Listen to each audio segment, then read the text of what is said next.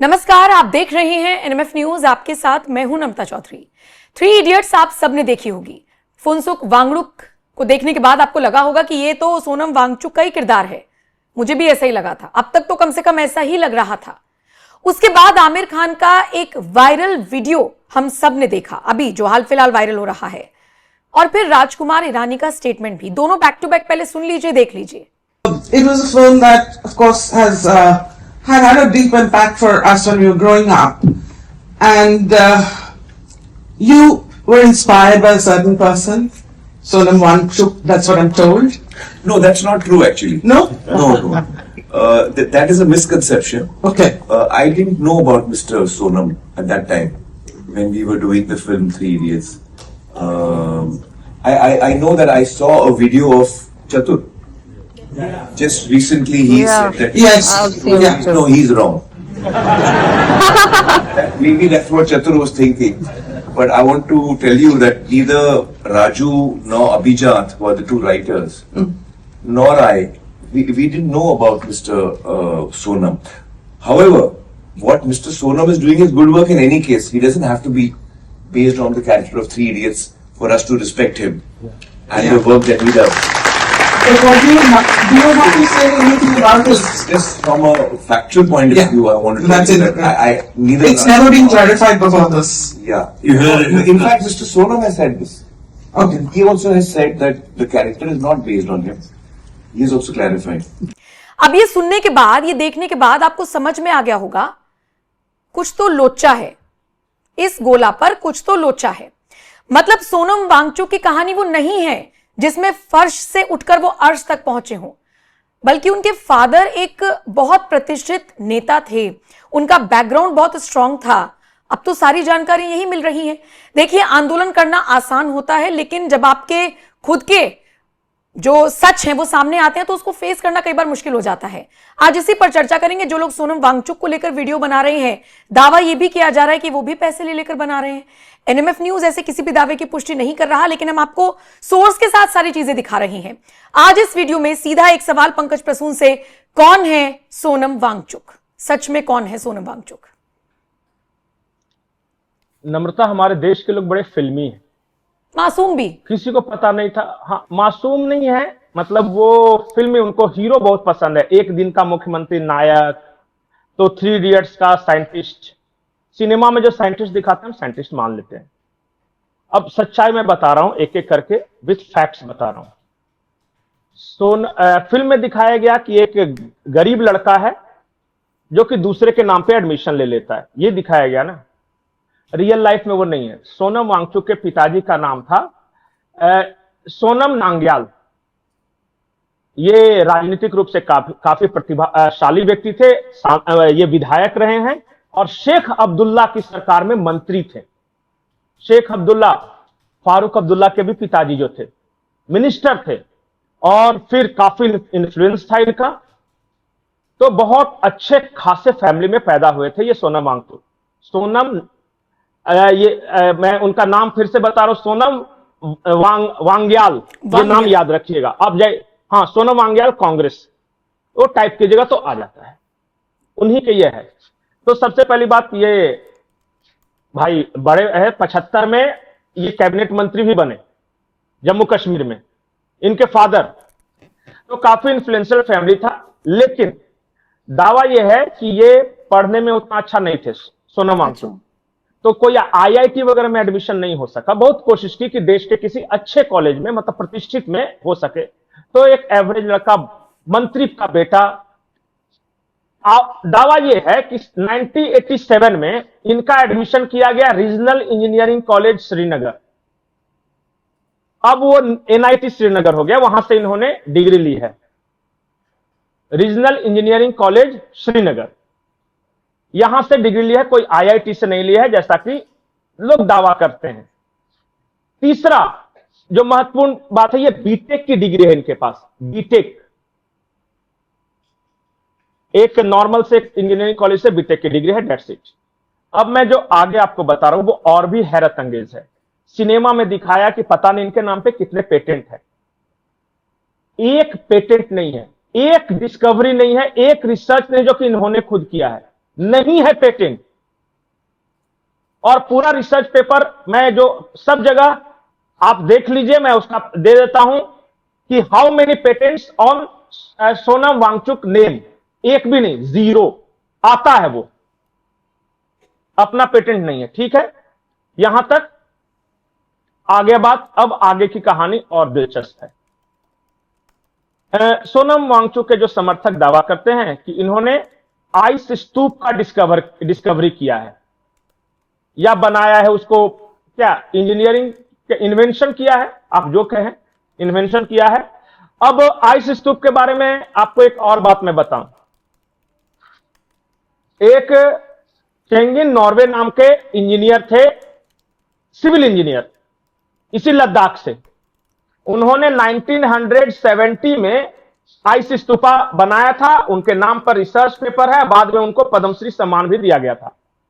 किसने उसका इन्वेंशन किया था? चेंगिन नॉर्वे, सी नॉर्वे सिविल इंजीनियर, उन्होंने किया था। बाद में सोनम वांगचुक के द्वारा ऐसा प्रचारित किया गया कि मैंने वो बनाया है। कॉपी, उसकी रेप्लिका जरूर बनाई सोनम वांगचुक ने, ये आ गया। और इनके बारे में अगर कुछ आपको सवाल है नम्रता, तो आप पूछ सकती हैं कि और क्या जानना चाहती है इनके बारे में। पंकज जी, मैं ये सबसे बड़ी कंफ्यूज हूं बात कि नहीं, इनकी जो भूमिका बनाई गई, पिक्चर की बात नहीं है, हम तो उसके बाद भी देख रहे हैं। जैसे अगर मैं सेलिब्रिटीज को ही सुनूं, अमूमन जैसे मैं आम जनता, हमें ऐसा लगता है कि सेलिब्रिटीज ने कुछ कह दिया तो मतलब वाकई में कुछ रहा होगा। क्या उन्हें भी ये सब बातें नहीं पता? वो भी बस भेड़ चाल में चल गए एकदम? ऐसी इमेज उनकी कैसे बन गई? पंकज प्रसून की तो नहीं बनी, नम्रता चौधरी की तो नहीं बनी।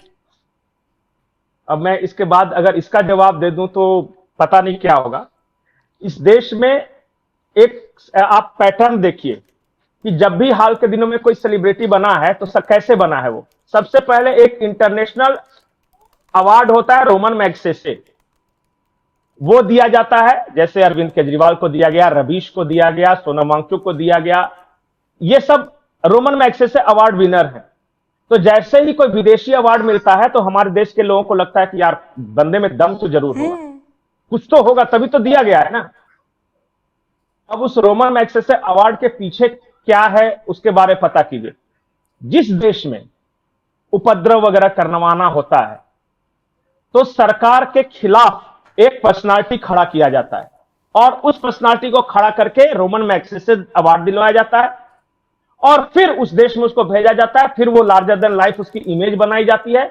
बहुत सारे देशों में ऐसा हुआ है कि वहां पे फिर बाद में सिनेमा उनेमा इन पे नहीं बनाया है। मैंने जब मेरे साथ एक हुआ था लेह वाला इनके, तो मैंने खुद राजकुमार हिरानी को फोन किया था। उस वक्त वो पुणे में थे, तो मैंने उनसे पूछा कि सर आपने सिनेमा बनाया इन पे? तो उन्होंने मेरे से जो जवाब दिया, और राजकुमार हिरानी को कोट करता हूं कि पंकज, मैं जानता भी नहीं था ये आदमी कौन। एक चेतन भगत की नॉवेल थी 3 इडियट्स, मैंने वो नॉवेल पढ़ी और उस नॉवेल पे बनाया। और मैंने बताया कि वो सर जो कि दूसरे के नाम से इंजीनियरिंग कॉलेज में बोला कि मेरे साथ हुआ था फिल्म इंस्टीट्यूट में। मेरा एक साथी था, उसको फिल्म बनाने का बड़ा शौक था, पर उसके घर वाले उसको भेजना चाहते थे डॉक्टर इंजीनियर बनने। तो उसने फॉर्म नहीं बना, लेकिन उसी के किसी दोस्त का फिल्म इंस्टीट्यूट में हो गया था। तो उसने क्या किया कि उसके नाम पे, जिसका हुआ था वो नहीं एडमिशन लिया, पैसे नहीं थे उसके पास, उसके नाम पे इनके राजकुमार हिरानी के दोस्त ने फिल्म इंस्टीट्यूट में एडमिशन भी ले लिया और पढ़ाई भी कर लिया। डिग्री नहीं ली, यही चलते कि डिग्री कैसे इसको मिलेगी। और बाद में पूछा भी कि यार तुमको तो डिग्री मिलेगी नहीं फिल्म इंस्टीट्यूट से। तो इनके दोस्त ने बताया, राजकुमार हिरानी के दोस्त ने, कि मैं फिल्म मेकिंग सीखने आया हूं, डिग्री लेने थोड़ी ना आया हूं, पढ़ तो लिया ना, सीख तो लिया ना। तो इसलिए ये राजकुमार हिरानी ने पूरी कहानी बताई। मैंने कहा फिर वो कैसे रिलेट हो गया? तो उनके शब्दों में, मैं अपना शब्द नहीं बोल रहा हूं, राजकुमार हिरानी ने कहा कि उसने अपना पीआर खुद ही करवा लिया कि मेरे ही नाम पे है। नहीं, लेकिन एक बात है, तब तो कोई आकर बोला नहीं इस बात को, अभी सब बोल रहे हैं। या फिर ये कह लीजिए कि स्टेटमेंट आमिर खान बोल रहे हैं। हाँ, या फिर ये कह लीजिए कि स्टेटमेंट पुराने हैं तब वायरल नहीं हुए, इनका पीआर स्ट्रांग था। आमिर खान से तो पीआर स्ट्रांग था। नहीं, आमिर खान ने कुछ बोला नहीं। चलो भाई, उनको भी लगाओ, साइंटिस्ट ही तो है। लद्दाख में इतना डिस्कवरी कर रहा है, देश के लिए कर रहा है, मिलिट्री को ये कर रहा है, वो कर रहा है। लेकिन उस पिक्चर के बाद लगा सबको ही था कि ये वही आदमी है। लगा ना, लगवाया गया। आपको कैसे लगा? लगवाया गया। हाँ, ये कमाल है। अब चलिए ठीक है। आखिरी बात, बहुत सारे लोग कहेंगे कि क्यों बैठा भूख हड़ताल पे। मैं इनका दिखा, आज तक ये 5वां भूख हड़ताल है इनकी, 5वां अनशन है, 5th मेजर। 21 दिन का ये वाला है। अभी वाला अनशन ये क्यों हुआ, मैं आपको बता दूं। बिल्कुल बताइए। इनका एक एनजीओ है, उसका एफसीआरए लाइसेंस रद्द हुआ है सितंबर 2025 में। Ministry of home affairs cancel the FCRA licence of SECMOL. मैं आपको तस्वीर भेज दूंगा सेकमोल का। उसका बाहर से जो पैसा था तो उसका लाइसेंस रद्द कर दिया गया। बताए तो ये जा रहा है। कौन बता रहा है? अगर आपके पास कोई सोर्स है तो मुझे भेजिएगा। मैं प्रूफ भेज रहा हूं। हाँ, ये नीलेश वाघेला हैं और उन्होंने पूरा ये सीक्वेंस दिया है कि जब जब ये अनशन पे ये जर्नलिस्ट हैं, तो उन्होंने ये दावा किया है कि ये जब तब अनशन पे बैठा है जब जब इसके एनजीओ के खिलाफ कोई कार्रवाई हुई। ठीक है पंकज जी, उनका दावा है, ये भी मैं नहीं कह रहा। ठीक है। तो हीरो कुछ होते हैं, कुछ बनाए जाते हैं। अब भाई, अब इससे ज्यादा मुझे कुछ नहीं कहना है, क्योंकि मैं ऐसे ही बोल दूंगा, फिर कुछ ज्यादा सच्चाई तो फिर ठीक नहीं होगा। ठीक है। अब दर्शकों के हवाले इस वीडियो को छोड़कर जा रही हूं। बाकी इनकी जो भी राय हो ये अपनी राय देंगे। आपने जो कुछ कहा जी बोलिए। एक आखिरी बात बोलूं, ये एक यूनिवर्सिटी बना रहा था। वो जो सेकमोल था, वो स्कूल का जो 3 इडियट्स में जो स्कूल था वो सेकमोल था, जिसका एफसीआरए लाइसेंस कैंसिल किया। एक इंस्टीट्यूट बना रहा था, यूनिवर्सिटी हिमालयन कुछ करके था, उसके जमीन का अलॉटमेंट कैंसिल कर दिया गया था। अब आई डोंट नो कि अभी 3 इडियट्स में इस वाली यूनिवर्सिटी का, इस वाले स्कूल का इस्तेमाल किया गया था। नहीं, स्कूल जिसके बारे में ये कहते थे कि 3 इडियट्स में यही स्कूल दिखाया गया। अच्छा, ठीक। तो फिर तो इसका मतलब सोनम वांगचुक लाइसेंस कैंसिल हुआ। फिर तो सोनम वांगचुक से प्रेरित ही हुई फिर तो फिल्म, जब इस स्कूल को बनाने का। नहीं ना, फिर ये कहते थे ना कि मेरे इस स्कूल से प्रेरित है, वो बेचारा थोड़ी बनाया था। ठीक है। दर्शकों के ऊपर छोड़कर जा रही हूं, उनका विवेक कितना काम कर रहा है, उनको कितना समझ में आया है। बाकी बहुत बहुत शुक्रिया मेरे साथ जुड़ने के लिए। बाकी खबरों के लिए NMF न्यूज देखते रहिए।